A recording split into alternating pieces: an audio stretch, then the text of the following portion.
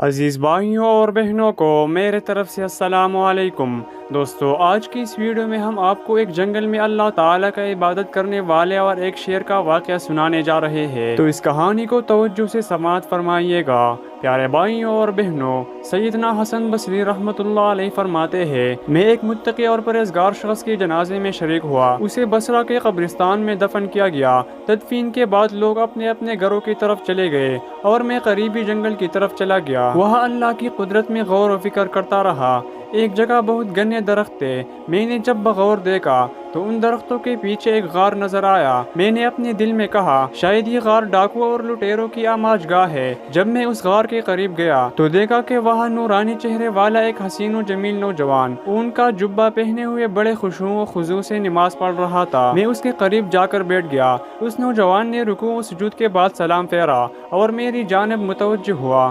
میں نے سلام کیا، اس نے جواب دیا۔ میں نے اس سے پوچھا، اے میرے بھائی، آپ کہاں کے رہنے والے ہیں؟ اس نے کہا، میں ملک شام کا رہائشی ہوں۔ میں نے پوچھا، آپ شام سے بصرہ کس مقصد کے لیے آئے ہیں؟ اس نے جواب دیا، میں نے سنا تھا کہ بصرہ اور اس کے قریبی علاقوں میں عابدین و زاہدین اور باعمل علماء کرام رحمہ اللہ تعالی بہت زیادہ ہے، چنانچہ میں شام سے بصرہ چلا آیا تاکہ ان اولیاء کرام سے اللہ کے حضور عبادت کرنے کے لیے فیض حاصل کر سکوں اور ان سے علم و عمل سیکھوں۔ میں نے اس سے پوچھا، اے بندے خدا عز و جل، تمہارے کھانے پینے کا انتظام کس طرح ہوتا ہے؟ یہاں جنگل میں تمہیں کھانا کیسے میسر ہوتا ہے؟ اس نے جواب دیا، جب بھوک لگتی ہے تو درختوں کے پتے کھا لیتا ہوں اور جب پیاس محسوس ہوتی ہے تو جنگل میں موجود تالابوں سے پانی پی لیتا ہوں۔ میں نے کہا، اے نوجوان، میری خواہش ہے کہ میں تمہیں عمدہ آٹے کی روٹیاں پیش کر دیا کروں تاکہ تم ان کو کھا کر عبادت پر قوت حاصل کر سکو۔ تو وہ نوجوان کہنے لگا، ایسی باتیں چھوڑو، میں نے کئی سالوں سے کھانا نہیں کھایا، پتے کھا کر ہی گزارا کر رہا ہوں۔ میں نے کہا، اے میرے بھائی، اگر تم ہمارے کھانے کو قبول کر لو گے تو ہماری خوش قسمتی ہوگی، تم ہماری طرف سے کچھ نہ کچھ قبول کر لو تاکہ ہمیں برکتیں حاصل ہو۔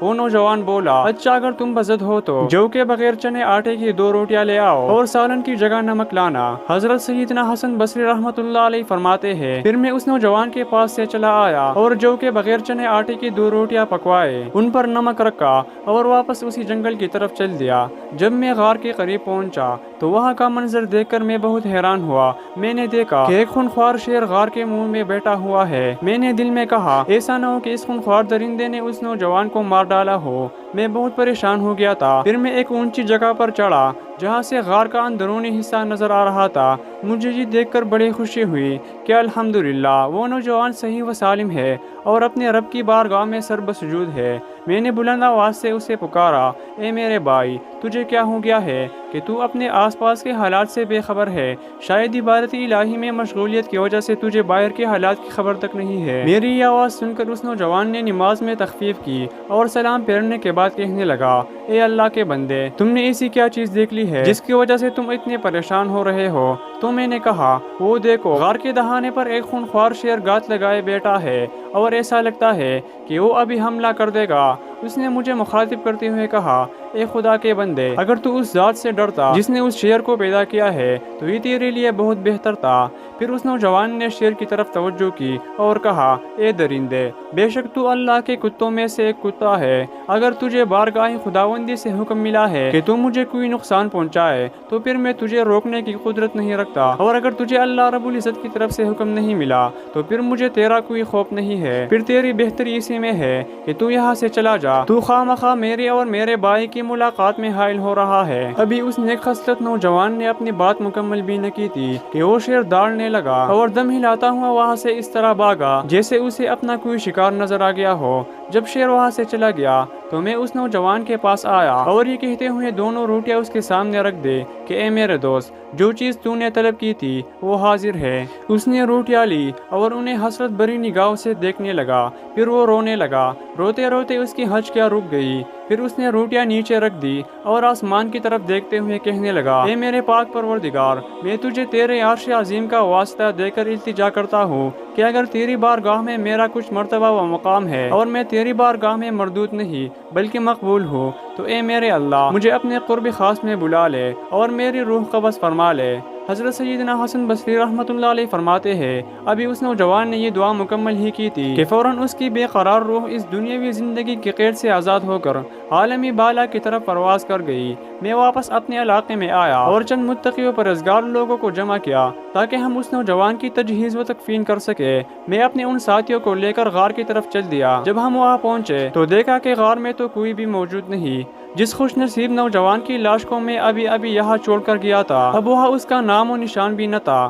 میں بہت حیران و پریشان تھا کہ آخر اس کی لاش کہاں غائب ہو گئی۔ اچانک مجھے ایک غیبی آواز سنائی دی۔ کوئی کہنے والا کہہ رہا تھا، اے ابو سعید، یہ حضرت سیدنا حسن بصری رحمۃ اللہ علیہ کی کنیت تھی۔ اپنے رفقا سے کہو کہ وہ واپس چلے جائے۔ اب اس نوجوان کی لاش کبھی نہیں ملے گی کیونکہ اس کی لاش کو یہاں سے اٹھا لیا گیا ہے۔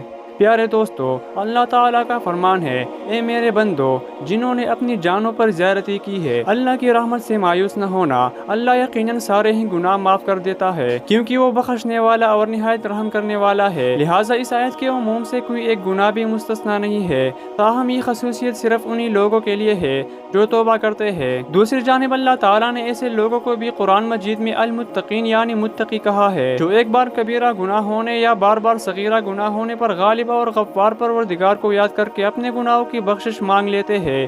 وہ گناہ پر قائم نہیں رہتے اور نہ ہی نافرمانی پر اصرار کرتے ہیں اور اپنے پروردگار کی بخشش اور اس جنت کی طرف دوڑ کر چلو جس کا عرض آسمانوں اور زمین کے برابر ہے۔ وہ ان خدا ترس لوگوں کے لیے تیار کی گئی ہے جو خوشحالی اور تنگ دستی ہر حال میں خرچ کرتے ہیں اور غصہ پی جاتے ہیں اور لوگوں کو معاف کر دیتے ہیں۔ دعا ہے کہ اللہ تعالی ہمیں گناہوں پر اصرار کرنے سے بچائے اور نیکی کی توفیق عطا فرمائے۔ دوستو، اگر آپ کو ہماری یہ ویڈیو اچھی لگی ہو تو اس ویڈیو کو ضرور لائک کیجیے اور مزید اسی طرح معلوماتی ویڈیوز دیکھنے کے لیے ہمارے چینل کو سبسکرائب کرنا نہ بھولیے۔ ہم ملتے ہیں کسی اور معلوماتی ویڈیو میں، تب تک کے لیے اللہ حافظ۔